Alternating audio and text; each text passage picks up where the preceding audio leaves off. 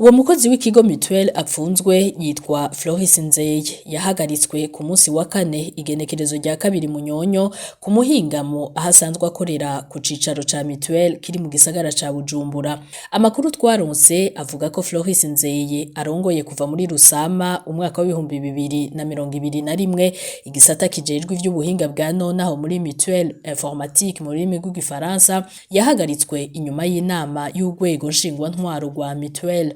Urongoye urwo rwego Lieutenant General de Police Godefroid Bizimana ngo ni nawe yagiye kwizanira abamuhagarika nk'uko twabimenyeshejwe na bamwe mu bakozi ba Mutuelle. Umuryango wa Floris Nzeye warahavuye uramenya ko wabo yahagaritswe bagiye kubaza abakoresha biwe. Amasoko yacu muri uwo muryango avuga ko umuyobozi mukuru wa Mutuelle Dr Nyandwi Ramadan atashimye kubakira kugira abamenyesha icatumye uwo mukozi bamufungisha. Floris Nzeye bahavuye bamenya ko yajanywe mu iperereza, ari mu gasho k'iperereza kari muri zone Rohero hafi y'isengero Cathedrale Regina Mundi nk'uko n'amasoko yacu mu iperereza yabitwemereye.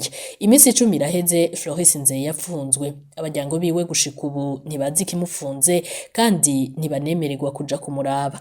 Mu mpera z'iyindwi twasozereye umuryango wa Floris Nzeye warituye umugwi w'igihugu ujejwe ivy'agateka kazina muntu CNDH. Sixte Vinyini Muraba arongoye uwo mugwi yabemereye ko agiye kubikurikirana. Uruganda rwa RPA ntitwashoboye kuronka Dr Nyandwi Ramadan arongoye ikigo Mutuelle co kimwe na Lieutenant General de Police Godefroid Bizimana arongoye urwego nshingwantwaro w'ico kigo. Amakuru ariko ava mu masoko atandukanye avuga ko ifungwa rya Floris Nzeye ryoba rifitaniye isano n'isoko Mutuelle yatanze rya logiciel ikorana n'amakarata agezweho yahawe abanywanyi ba Mutuelle. Iryo soko niryo kuva mu mwaka wa 2015 isoko riri ku mahera arenga umuriyoni w'amadolari. Amahera ariko atarishwe yose abatsindiye isoko nabo baheza babaha ibihuye nayo barishwe.